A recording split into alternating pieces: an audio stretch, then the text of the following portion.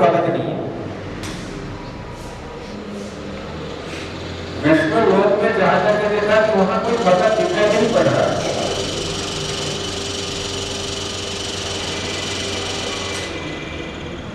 तो जो भी कुछ करना है कथा से पहले कर लीजिए या कथा के बाद। मेरे बस का नहीं है बीच में कथा करना। विष्णु लोक में जाकर के भगवान विष्णु से नारद जी कहते हैं कि प्रभु आपके तो इतने भगत हैं मृत्यु लोक में, चारों ओर सवेरे शाम दोपहर आपकी पूजा आराधना आरती हो रही है, तो यहाँ विष्णु लोक में कोई क्यों नहीं आता? विष्णु लोक भक्तों से खाली क्यों पड़ा हुआ है? हर गली में, हर मोहल्ले में मंदिर है, गुरुद्वारा है, सत्संग हो रहा है, कीर्तन हो रहा है, चारों तरफ अखंड कीर्तन, अखंड जाप, अखंड पाठ घर घर में चल रहा है। हरिद्वार ऋषिकेश में देखो तो हर का आश्रम ज्यादा, फिर भी भक्तों की संख्या विष्णु लोक में क्यों नहीं है? भगवान विष्णु कहते हैं कि भैया नारद आपको किसने बताया कि मेरे भक्त मृत्यु लोक में बहुत है? बोलते हैं मैंने देखा जाकर के मंदिरों में, धर्मशालाओं में, तीर्थ स्थानों में, हरिद्वार में, कुंभ स्नान में बड़ी भीड़ है। वहां तो स्नान करने के लिए जगह नहीं मिलती, मंदिर में आरती करने के लिए, अंदर जाने के लिए। काशी विश्वनाथ में गया था पिछले बार शिवरात्रि को, रात को 10 बजे लाइन लगाया तो सवेरे 3 बजे मैं मंदिर के अंदर पहुंचा। कितने घंटे हो गए? 5 घंटे। 5 घंटे लाइन में लगना पड़ा। इतनी लंबी लाइन में पड़ता हूं। तो फिर आप कहते हो मेरा भगत कोई नहीं है। बोलते हैं नारद भैया तुम जाकर के वहां भगत लोग क्या बोलते हैं मेरे सामने वो भी तो सुनो। क्या बोलते हैं? आरती भगवान विष्णु जी की, सुख संपत्ति घर आवे, अष्ट मिटे तन का, ओम जय जगदीश हरे। हे प्रभु जगदीश क्या हो जाए हमारा? सुख संपत्ति हमारे घर भेज दो, लक्ष्मी को हमारे पास भेज दो, सुख संपत्ति हमारे घर में भेज दो, और हमारा जो कष्ट है वो आप ले जाओ। तुम हमारा कष्ट भेजो, जो कष्ट है आप ले जाओ, जो संपत्ति आपके पास है हमें दे दो। भैया नारद मेरा भक्त को नहीं आता। कोई सुख का भगत है, कोई संपत्ति का भगत है। मेरा भगत होता तो मेरे पास आता, नहीं मांग करता। किसी को पद चाहिए, किसी को प्रतिष्ठा चाहिए, किसी को सम्मान चाहिए, किसी को धन चाहिए, किसी को पुत्र चाहिए, किसी को मकान चाहिए, किसी को दुकान चाहिए, इसलिए सिर लगा जा रहा है। ज्ञानी अज्ञानी भक्त में अंतर इतना होता है। अज्ञानी को सच्चा गुरु मिल भी जाएगा तो क्या मांगेगा? जिसमें उसको सुख आता है वही मांगेगा। जिस चीज में उसका मन लगता है उसने मान रखा है कि मेरे को सुख इसी से मिलेगा, तो बड़े से बड़ा गुरु आ जाएगा, परमेश्वर साक्षात में पहुंच जाएगा। तो भगवान श्री कृष्ण ने कोई गीता सुनाई, कहां सुनाई थी? महाभारत के युद्ध क्षेत्र में। ऐसे सत्संग हॉल में बैठ करके शांति से नहीं सुनाई। हम कहते हमारे पास अभी समय नहीं, हम बाद में करेंगे। आपके पास समय कम है या अर्जुन के पास समय कम था जो लड़ाई के मैदान में शत्रु के सामने खड़ा था? इसके पास समय कम है। सामने शत्रु खड़े हैं, लड़ाई होने चल रही, इसके बीच में गीता का उपदेश शुरू हो गया। उसने लड़ाई छोड़ करके पहले उपदेश सुना। हम कहते हैं हमारा काम इतना जरूरी है कि बाकी ये भगवान वाला, पूजा वाला, पाठ वाला और तपस्या, साधना, ज्ञान हम बाद में करेंगे। कि बात का समय जीवन में कहीं भी नहीं आता। तो क्या चर्चा चल रही थी? किस क्षेत्र में, किस देश में, किस काल में और अधिकारी कौन है, इसको क्या चाहिए? जो व्यक्ति को जो चीज अच्छी लगती है उसे पाने के लिए उसके पास गुरु भी आ गया, भगवान भी आ गया, उसने वही चीज मान ली। क्यों? क्योंकि उसको पता है कि मेरे को उसी से ही सुख मिलेगा। छोटे बच्चे को कोई मांगे, बोल दे कि बच्चा तुमको क्या चाहिए गुरु। छोटा सा बच्चा होता है, उसके पास 100 का नोट रखो, एक चॉकलेट रखो, उससे चॉकलेट ले करके दूर जाए, क्या पता दूसरा ना ले जाए। 100 के नोट के वैल्यू का उसको पता नहीं है, उसको चॉकलेट का पता है, चॉकलेट मीठी होगी, अच्छी लगेगी। ठीक इसी प्रकार परमेश्वर को पता है कि जो उसके भगत है, किसी को बच्चा चाहिए, किसी को बच्ची चाहिए, किसी को मकान चाहिए, किसी को दुकान चाहिए, किसी को सुख संपत्ति चाहिए, बस उसको दे दिया, उसी में खुश रहा। परमेश्वर को अपने ठिकाने पे रहता है, ना उसकी कोई मांग है, ना उसको कोई पाना चाहता है।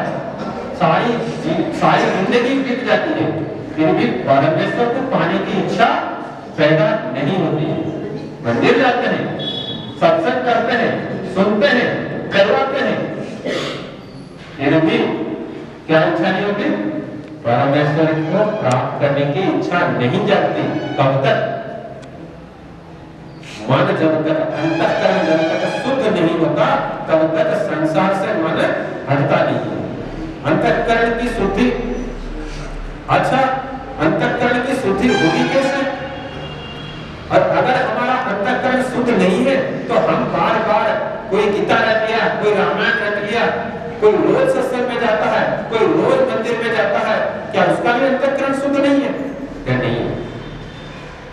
अंतःकरण शुद्धि का परिचय ये नहीं है कि आपने क्या याद कर लिया, आप कहाँ रोज जाते हैं, कहाँ प्रणाम करते हैं, कितना जप करते हैं। जप करने से अंतःकरण की शुद्धि होती है, पर जप करता है मतलब यह नहीं कि अंतःकरण शुद्ध हो चुका है। अंतःकरण की शुद्धि के लिए जब तक पूजा पाठ व्रत उपवास। तो अगर अंतःकरण शुद्ध नहीं है, अगर भगवान को प्राप्त करने की इच्छा जगी नहीं, मुक्ति की इच्छा जगी नहीं, तो फिर ये लोग मंदिर गुरु के पास आते क्यों हैं? दुःखत्रय विघाता जिज्ञासा तदपि घातके हेतु दृष्टे सा पार्थाचित नैकांता त्यक्तो भावा। बोलते हैं हम तो अपना दुख दूर करने आते हैं, हम कोशिश करते हैं अपनी शक्ति के अनुसार। जब हमारी शक्ति के अनुसार हमारा दुख जाता हुआ नहीं लगता है, हमको लगता है ये मेरे बस का नहीं है, तो हे प्रभु कृपा करो। तब भगवान के शरण में, तब संत के शरण में, तब गुरु के शरण में इसलिए जाते हैं कि हमसे हमारा दुख दूर नहीं हो रहा है, आप कृपा करके कर। सांसारिक उपायों से हमारा यह दुख दूर हो नहीं पा रहा है, शायद आपकी कृपा से दूर हो जाए। दूसरी बात, अंतःकरण शुद्धि न होने में कारण क्या है? आहार शुद्धि से सत्व शुद्धि। छांदोग्य उपनिषद के अंदर बताया, भोजन शुद्ध होगा तो अंतःकरण की, जैसे खाओगे अन्न वैसा बनेगा मन। भोजन जैसा होगा मन का रूप, यानी मन की प्रकृति उसी प्रकार की होगी। तो भोजन कैसा होना चाहिए, किस प्रकार का होना चाहिए? 3 प्रकार का भोजन है, सात्विक, राजसिक, तामसिक। उसमें भी विशेष करके मीट, मछली, अंडा, शराब, इनके सेवन करने से हमारे मन के अंदर राजसिक और तामसिक वृत्ति प्रबल होती है। सारा संसार त्रिगुणात्मिक है, सत्वगुण, रजोगुण और तमोगुण, तीनों से मिश्रित है। तो जिस प्रकार का अन्न हम ग्रहण करेंगे उसी प्रकार से हमारा मन बदलता रहता है। तो अन्न हमने अगर सात्विक छोड़ करके मीट, मछली, शराब, अंडा सेवन किया तो उसके अनुरूप ही हमारा मन बनेगा, हमारा मन परमेश्वर से हटता जाएगा, ज्ञान वैराग्य से हटता जाएगा, ज्ञान सत्संग में हमें रुचि नहीं लगेगी, अपने आप मन नहीं लगेगा। और कोई नाचने गाने सुनेगा तो हमें अच्छा लगेगा। सत्संग की बात होते ही वो उठता भागेगा। कुछ लोगों को आप देखना, जब भी सत्संग की बात हो जाए, आप अगर उनसे सत्संग की बात कर लो, कोई शास्त्र की बात कर लो, तुरंत बोलते हैं मेरे को काम में नहीं आता। वैसे घूमने के लिए बोलो, विदेश जाना है घूमने के लिए, 15 दिन दुकान बंद करके चले जाए। सत्संग के लिए आ जाओ, एक दुकानदार है, सत्संग दुकान 2 घंटा बंद नहीं कर सकते। घूमने के लिए 7 दिन दुकान बंद कर देंगे, किसी लोकल को छोड़ देंगे, विदेश जाएंगे, उसमें भी क्यों? तो उनके मन के अंदर यह वृत्ति है कि हमें सुख विदेश से मिलेगा, रमण से मिलेगा। जैसे जिसका मन है, जैसे जिसने संकल्प कर रखा है, मान रखा है, बुद्धि से निश्चय कर रखा है, उसी को सुख उसी से आता है। कुछ लोग कहते हैं आजकल कि मीट मछली इसलिए खाना पड़ता है क्योंकि उससे ताकत आती है, नहीं तो बच्चा कमजोर हो जाता है। संडे हो या मंडे तो टीवी में बोलता है रोज खाओ अंडे, पता है। और डॉक्टर भी आजकल बोलने लगे हैं अगर मीट मछली नहीं खाएंगे तो कमजोर हो जाएगा। अच्छा अब बताओ, जितने भी जानवर हैं सबसे ताकत वाला कौन है? हाथी है ना। हाथी किसका मांस खाता है बोलो? हाथी को आप कोशिश करके ना पत्तों के अंदर, फलों के अंदर एक मांस टुकड़ा डाल के देखो, नहीं खाएगा। फलों के बीच में भी मांस का टुकड़ा दे दो तो भी हाथी नहीं खाएगा गलती से। अगर मीट मछली के अलावा ताकत नहीं आएगी शरीर में तो हाथी को ताकत कहां से आता है? घोड़े को ताकत कहां से आता है? चना ही खाता है, चना को रात को भिगाओ, सवेरे घोड़ा खाता है आराम से। घोड़े जैसा ताकत वाला कोई नहीं है, दिन रात खड़ा रहता है, उसको तो बैठने की भी जरूरत नहीं है, खड़े खड़े सोता है, पता है आपको? हाँ, घोड़े को बैठने की लेटने की कोई आवश्यकता नहीं पड़ती है, पूरा 24 घंटे पूरा चार्ज रहता है। कोई मीट नहीं खाता तो फिर घोड़े को ताकत के लिए मीट की जरूरत नहीं। हम घोड़े से ज्यादा तो नहीं होने वाले, नहीं हो सकते। दुनिया वाले उल्टी पाठ पढ़ाते हैं आप लोगों को, ताकत के लिए मीट की आवश्यकता नहीं है। जिसको बीमार होना है वो मीट मछली खाओ।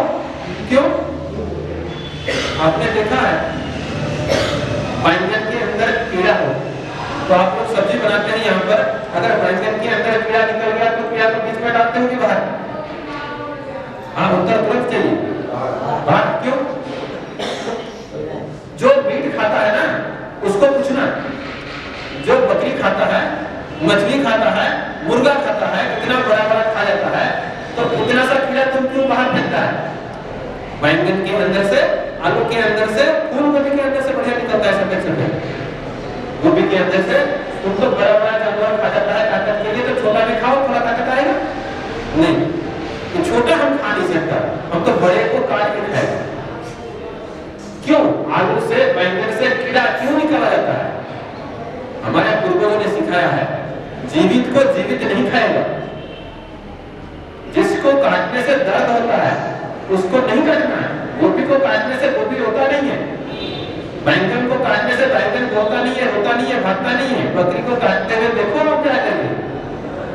अगर आप कहोगे तो मेरे पास सीढ़ी है तभी आपको दिखा दूंगा, बकरी कटता हुआ, भैंस कटता हुआ, मुर्गा कटता हुआ, कैसे कष्ट होता है उसको। गया था मैं आसाम में, कामाख्या पीठ में, वहां पर कबूतर की बलि, बकरी की बलि माता के सामने। माता को बलि की आवश्यकता हो तो पुजारी को मांस खाना है, और भगत भी ऐसा, पुजारी भी ऐसा, दोनों मिलकर के हरिओम कर सकते। हाँ, वहां के पुजारी मीट खाते हैं प्रसाद, क्या बोले हमको मीट नहीं खाते, माता का प्रसाद खाते हैं। जहां पर जानवर को मारा जाता है वो मंदिर में उसे कब्रिस्तान कहते हैं। कोई भी मंदिर हो, दुनिया वाले जाते हो, उसका नाम क्या है? जहां मार के डाला जाता है उसे क्या कहते हैं? कब्रिस्तान। कितना भी बड़ा मंदिर हो, कितनी भी भीड़ हो, वहां पर तो जाना भी पाप है। क्यों? जाओगे तो मरता हुआ देखोगे, आपकी सम्मति होगी। किसी के ऊपर अत्याचार हो रहा है, आप रोक नहीं सकते, तो आप वहां जाके क्या करें? आपने अत्याचार होते हुए देखा, यानी सहमति प्रदान की। तो इस प्रकार ताकत के बारे में आपको बता रहा था कि भाई मांस में ताकत है तो कीड़े में भी ताकत है, पर जो मीट मछली खाने वाला वो भी कीड़ा को निकाल के ही खाता है। सूजी का हलवा बनाते हैं, हलवा बनाने से पहले उसको छान के साफ करते हैं, क्यों? उसमें भी ताकत है, उसको भी खा लो, उसको नहीं खाएंगे। जीवित को खाना मना। अच्छा, अगर बात आ ही गई ताकत की तो ये भी समझ लेना चाहिए कि ताकत, अंडे में ताकत होता क्यों? रोज अंडे क्यों खाना चाहिए? ये लोग क्यों बोलते हैं कि रोज अंडे खाओ? अगर ताकत हो, आजकल 2 किस्म की सब्जी आती है, एक यूरिया की सब्जी, एक जैविक खाद की सब्जी। जो जैविक खाद की सब्जी बहुत महंगी आती है, ज्यादा पैसे वाले खाते हैं, पर भारत में विदेश में आजकल चल रहा है, उसमें खाद नहीं डलता, बिना खाद का होता है। और बाकी यूरिया की, तो इस प्रकार हमें समझना चाहिए कि वो महंगी क्यों है सब्जी, क्योंकि उसमें यूरिया खाद डलता नहीं है। तो अंडा, जिसे हम कहते हैं कि अंडा खाने से ताकत आ जाएगी, डॉक्टर भी बोलता है और हम अपने बच्चों को भी खिलाते हैं कि बच्चा है खाने को ताकत आ जाएगी, तो हमें समझना जरूरी है कि अंडे में ताकत है ऐसा हमें क्यों लगता है? ताकत कहां से आएगी? अभी सब्जी बन रही है, आप लोग यहां से उठोगे, भंडारा होगा, तो जो खाओगे ताकत आएगी ना। क्यों ताकत आएगी? अच्छे दुकान से सामान आया हुआ, बढ़िया सामान होगा तो उसको खाओगे तो ताकत आएगी ना। घटिया सामान होगा, खाओगे तो क्या होगा? बीमारी होगी। तो अंडे में ताकत है, मान तो लिया, तो जरा सोचो अंडा किससे बना है? मुर्गी ने अंडा दिया है ना। मुर्गी देखा हुआ है कभी पला हुआ? जहां मुर्गी रहते हैं वहां आपने देखा है? हाँ, आप लोगों ने देखा होगा गांव में, गांव से जो आया होगा उनको पता होगा मुर्गी रहती कहां है, खाती क्या है? जो खाएगी वही तो बनेगा आगे अंडा, अपने आप तो नहीं बनने वाला। मुर्गी क्या खाती है देखा है? अंडे की ताकत का राज अभी व्याख्यान कर रहा हूं कि अंडे में जो ताकत है वो ताकत सब कहां से आया हुआ है। आपके जो गंदा नाला है, काला काला पानी जाता है, जहां से एक बूंद पानी गिर जाए तो आप हाथ पैर धोते हो, और उसी में से ढूंढ ढूंढ के खाती है। पता नहीं क्या खाती है, उसको पता होगा, कीड़ा मकोड़ा, दुनिया भर का गंद जहां होती है वहीं पर उसको रखा जाता है, और उसी गंद खाने में से वो अपना खाना चुनती है, और सारा गंद खा करके दिन भर फिर अगले दिन सवेरे सफेद से अंडा देती है। तो इसको हम क्या कहते हैं? ताकत। किसका ताकत? वही नारी वाला ताकत। हाँ, यहाँ तो हम साफ खाना खाते हैं, वो हमको अच्छा नहीं लगता है, साफ चावल, बासमती चावल, दाल, सब्जी, ये नहीं अच्छी लगती। वो गंदे नाला से चुन चुन करके उसने जो खाया है, उससे बना जो अंडा है, उसकी ताकत हमको ताकतवान करती है। अभी थोड़ी देर पहले खबर आई थी, फ्लू की बीमारी हो जाती है, फिर मुर्गों को मारना पड़ता है, पक्षियों को मारना पड़ता है फार्म में। जो मुर्गा खाते हैं, बैंगन को तो आपने देख लिया कीड़ा है कि नहीं है, ताजी सब्जी है कि नहीं है। मुर्गे का मीट ले लिया, कभी टेस्ट किया उसके अंदर कोई बीमारी है या नहीं है? चिकन पकौड़ा खाना है मुझे तो खाओ, पर उसको टेस्ट भी किया, किसी डॉक्टर को दिखाया उसने, जिसने कहा है हमारे शरीर के अंदर 100 बीमारियां हैं। जो मुर्गा गली गली में गंद खाती है उसके शरीर में कोई बीमारी नहीं है क्या? उसके शरीर में बीमारी है, और हमने उसको हजम कर लिया, बीमारी किधर जाएगी? और काट के सीधा अंदर कर दिया, बीमारी कहां जाएगी? अंदर। तो फिर हम तो बोलेंगे डॉक्टर साहब हम तो खाना बढ़िया बढ़िया खाते हैं, फिर भी हमें बीमारी लग जाती है। तो खाना भी बढ़िया खाते हो, साथ में बीमारी भी खा जाते हैं। मुर्गे की बीमारी हमारे अंदर, सुअर को खा गए, सुअर की बीमारी हमारे अंदर, बकरी को काट के खा गए, बकरी की बीमारी भी हमारे अंदर, सब काट कूट के खा गए, जो भी खाएंगे सब अंदर है। अच्छा, किसी की शादी होती है तो बोलते हैं महाराज क्या करें, आगे पीछे हम तो खाते नहीं, घर में घुसाते नहीं, पर शादी में बिना मीट मछली शराब के चलता है। क्या नहीं चलता?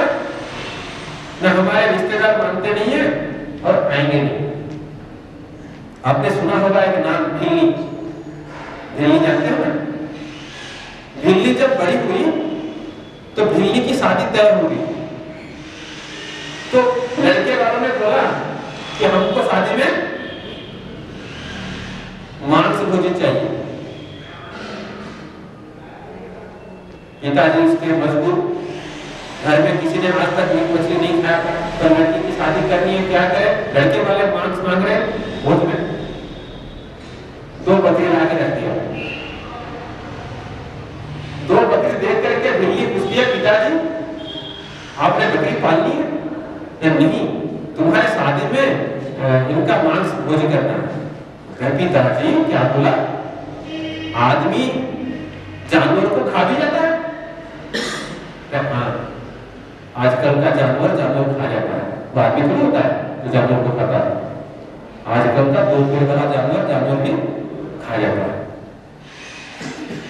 बोलते फिर आपने क्यों लाया यहाँ पर? तो क्या करें, तेरी शादी जो करनी है?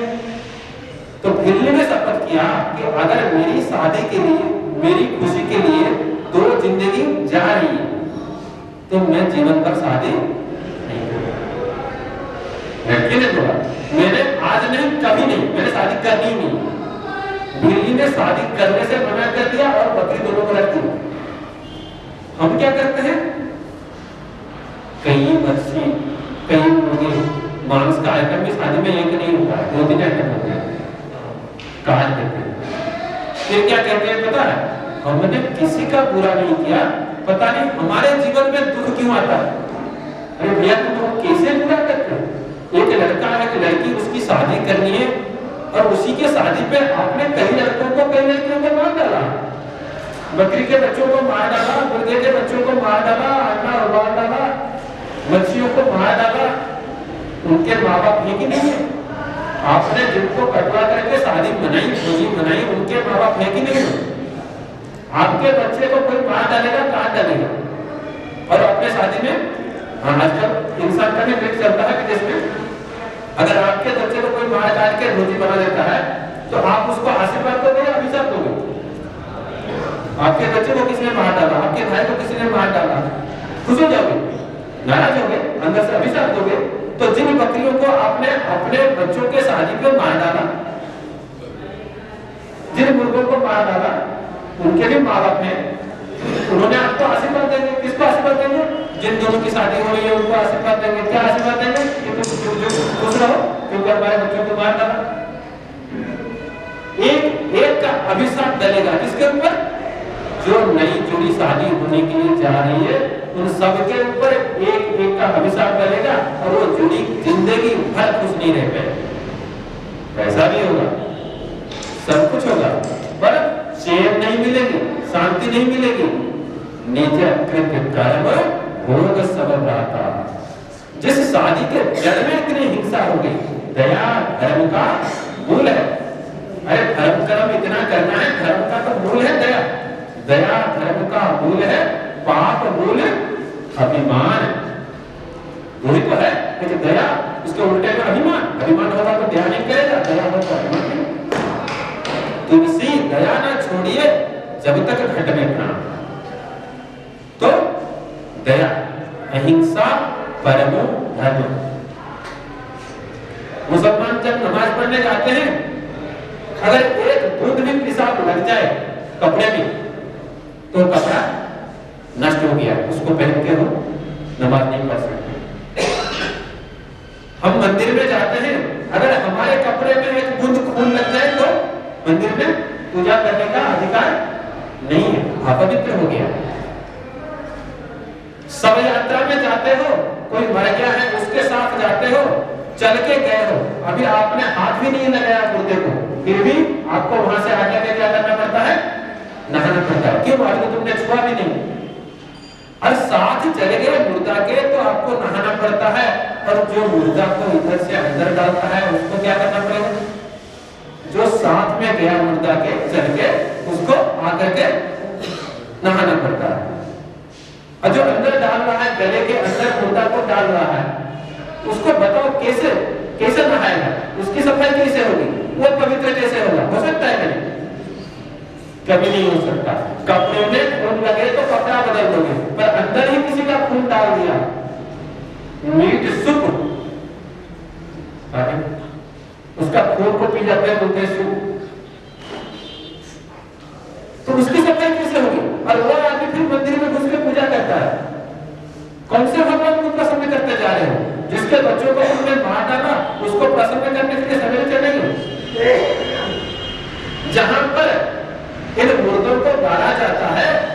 कब्रिस्तान कहते हैं। मरे हुए व्यक्ति को जहां कहा जाता है उसे कब्रिस्तान कहते हैं। और जो आदमी उन मुर्दों को खा जा रहा है वो क्या है? वो चलता फिरता कब्रिस्तान। समझ में आई? अगर मुर्दा को जहां हम लेके गाड़ते हैं, स्मशान घाट में गाड़ के आते हैं, वो हो गया कब्रिस्तान। जिंदा आदमी जो मुर्दों को खाई जा रहा है, अपने अंदर हजम करी जा रहा है, वो भी कब्रिस्तान। उसने गाड़ दिया, यहाँ पर कईयों को गाड़ दिया है अपने जीवन के अंदर, कई मुर्दों को गाड़ दिया, एक ही जगह पर गाड़ दिया, सबकी समाधि स्थल एक ही जगह पर बना दिया, तो वो है चलता फिरता कब्रिस्तान। तो जो ऐसा चलता फिरता कब्रिस्तान हो, उसको छूने के बाद नहाना पड़ता है। क्या करना है? हाँ, एक साथ को छू लो, साथ में जाओ तो नहाना पड़ता है आ करके। और जो मिट शराब खा करके अंदर रोज रोज डालता रहता है, भले ही अपने से अपना हो, भले ही बड़े से बड़े पोस्ट पर हो, कहीं भी हो, अपना बाप ही क्यों ना हो, गलत तो गलत है, बाप करे तो गलत, बच्चा करे तो गलत, सही सही है, छोटा करे भी सही, बड़ा करे भी नहीं। रथ में नहीं, मूरत में नहीं, एकांत निवास में नहीं, एकांत निवास में नहीं, मस्जिद में नहीं, मंदिर में नहीं, मस्जिद में नहीं, मंदिर में नहीं, काशी कैलाश में नहीं, काशी कैलाश में मुझको कहाँ तो ढूंढ रे भैया, मुझको कहाँ तो ढूंढ रे भैया, मैं तो हूँ तेरे पास में, मैं तो हूँ तेरे पास में। नामे जप में, नामे तप में, नामे जप में, नामे तप में, नामे व्रत उपवास में, नामे व्रत उपवास में नहीं, क्रिया में नहीं, कर्म में नहीं, क्रिया में नहीं, कर्म में सब श्वासों के साथ में, सब श्वासों के साथ में मुझको कहाँ तो ढूंढ रे भैया, मुझको कहाँ